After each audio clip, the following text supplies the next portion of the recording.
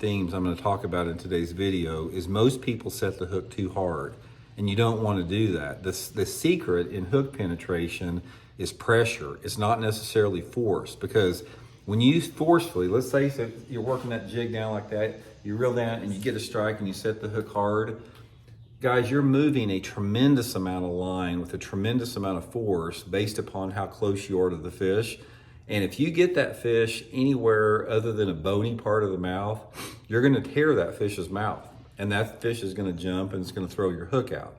So what you wanna do when you're throw out there, you got your jig or your Texas rig, you're working that bait, something like that, 10 or 11 o'clock position.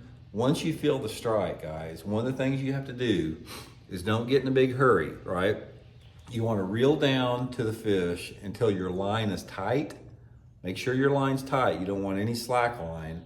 And once that line's tight, you just want to pull back and reel at the same time.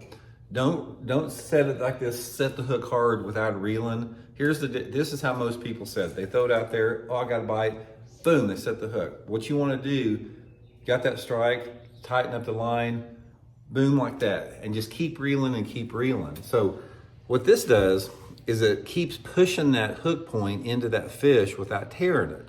And you're gonna land a lot more fish with those type of deals.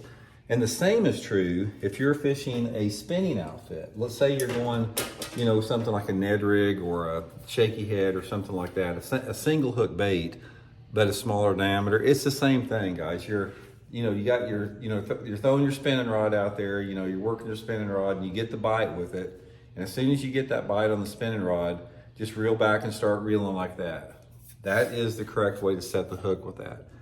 Okay, now let's say, for example, that you're fishing a moving lure. Two different types of moving lures. One is going to be a moving lure with a single larger hook in it, like a spinner bait or a chatter bait, something like that. And then you've got your moving baits with your treble hooks, like your jerk baits and your crank baits, top waters, that type of deal. When you're getting a bite on a treble hook lure, biggest mistake I see people make most of the time is they set the hook too fast and they set the hook too hard. So one of the things that you have to do, if you're throwing out there with your crankbait and you're reeling that crankbait in, especially if you haven't had a bite in a while, a lot of people is reeling that crankbait in, one hits it, they go boom, they're setting the hook like that.